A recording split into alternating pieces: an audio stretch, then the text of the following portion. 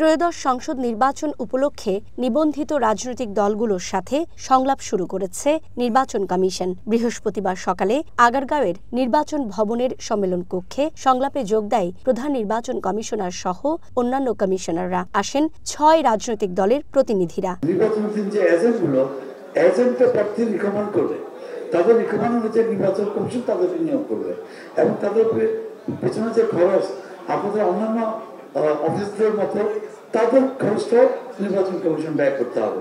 এটা এলডিপির পক্ষ থেকে আমরা দাবি জানাচ্ছি। কালো টাকা, প্রভাব বিস্তার এবং হুমকি ধুমকি এর মাধ্যমেই যারা ভোটার তাদেরকে প্রভাবিত করা হয়েছে। আগের থেকেই এটাকে প্রতিরোধ করার জন্য এখান থেকে প্রোগ্রাম করা হয়, তাহলে দেখা যাবে যে আমাদের দেশে একটা সুষ্ঠু নির্বাচন আমরা পেয়ে যাব। অনেক দল আবার তার সাথে সহমত প্রকাশ করছে যে সে অনুসরণ করছে তার নিবন্ধন দিতে হবে, কাগজ ঠিক না থাকলেও দিতে হবে। এটা কোন দেশে আসলে আমি বুঝতে পারতেছি না। দলগুলোর পক্ষ থেকে নির্বাচনের প্রস্তুতি ছাড়াও বড় রাজনৈতিক দলগুলোর আচরণ নিয়ে নানা অসঙ্গতি তুলে ধরা হয়। কোন দল তাদের কর্তৃত্ব এবং বর্তমান অস্তিত্ব প্রমাণ করার জন্য ডাকাত থেকে শুরু করে চিহ্নিত সন্ত্রাসীদেরকে ব্যবহার করছে। আমি নিশ্চিত এই বিষয়গুলো বাংলাদেশের অন্যান্য জায়গায় ঘটছে। আইন শৃঙ্খলা বাহিনী সহ সরকারের গোয়েন্দা সংস্থার কাছে নিঃসন্দেহে এদের তালিকা রয়েছে। আমার মনে হয় এখনো পর্যন্ত যথেষ্ট পরিমাণে যে উদ্যোগ নেওয়া উচিত ছিল একটা নির্বাচনের সুষ্ঠু পরিবেশ সৃষ্টি করার জন্য, সেটা শুরু হয়নি। কিছু কিছু এলাকায় বিভিন্ন প্রিসাইডিং অফিসার যারা নিয়োগ হবে তাদেরকে চয়েস মোতাবেক নিয়োগ দেওয়ার জন্য কিছু কিছু প্রভাবশালী লোকেরা এরকম করছে এবং প্রিসাইডিং অফিসারদের বাড়িতে যাচ্ছে, যে তাদেরকে প্রভাবিত করার জন্য অবৈধ উপায়ে তারা সচেষ্ট হচ্ছে, যাতে সেই কাজটি যাতে প্রতিরোধ করা যায়। সেজন্য আমি মাননীয় প্রধান নির্বাচন কমিশনারের কাছে দৃষ্টি আকর্ষণ করে বলবো, এখন থেকে গোয়েন্দা তৎপরতার মাধ্যমে সেগুলি কালেকশন করা। বেশি শক্তি, লক্ষ লক্ষ কোটি কোটি টাকার শক্তি খাবে 10,000 20,000 লোক দিয়ে মিসিং করে, 10টা 20টা 30টা গাড়ি নিয়ে মিসিং করে, কিন্তু আদর্শবান শিক্ষিত লোকের স্থান পাওয়া। আপনারা কোন সময় মিছিল নিষিদ্ধ করেন। গণভোট প্রসঙ্গেও আমাদের প্রধান নির্বাচন কমিশনারের প্রাসঙ্গিক আলোচনায় চলে আসছে।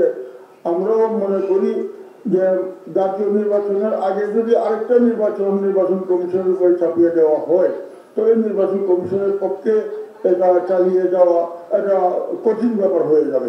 সংলাপের শুরুতে প্রধান নির্বাচন কমিশনার বলেন, তফসিলের পর কোথাও অনিয়ম দেখলে সর্বোচ্চ ব্যবস্থা নেবে কমিশন। 54টা দলই আমাদের কাছে সমান,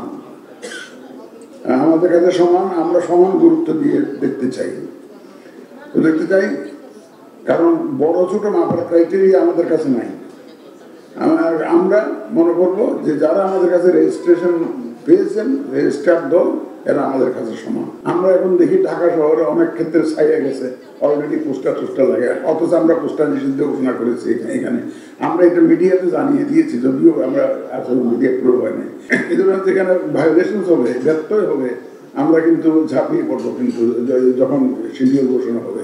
এটা এই জন্য আমরা আশা করবো মানে ভদ্র জনচিতভাবে এখন থেকে নিজের সরিয়ে ফেলা এবং আর না লাগে। প্রধান নির্বাচন কমিশনার বলেন, রাজনৈতিক দলগুলো নির্বাচনের মাঠে খেলোয়াড়, আর কমিশন রেফারির ভূমিকায় থাকবে। তবে সবার সহযোগিতা না থাকলে কমিশন তার নিরপেক্ষতাও হারাবে বলেও জানান সিইসি। নির্বাচনে খেলবেন আপনারা হবেন প্লেয়ার, আমরা রেফারির ভূমিকায় এবং আমরা রেফারির ভূমিকায় প্রকৃত অর্থে একদম নিরপেক্ষ রেফারির ভূমিকায় আমরা থাকতে চাই। আমরা আপনাদের সহযোগিতা ছাড়া রেফারির কাজ করা বড় মুশকিল, সুষ্ঠুভাবে খেলা পরিচালনা করা মুশকিল। ইলেকশনটা আমরা কমিটেড, প্রতিশ্রুতিবদ্ধ জাতির কাছে যে আমরা একটা সুষ্ঠু, সুন্দর, ক্রেডিবল, গ্রহণযোগ্য নির্বাচন আমরা দিতে চাই, উপহার দিতে চাই।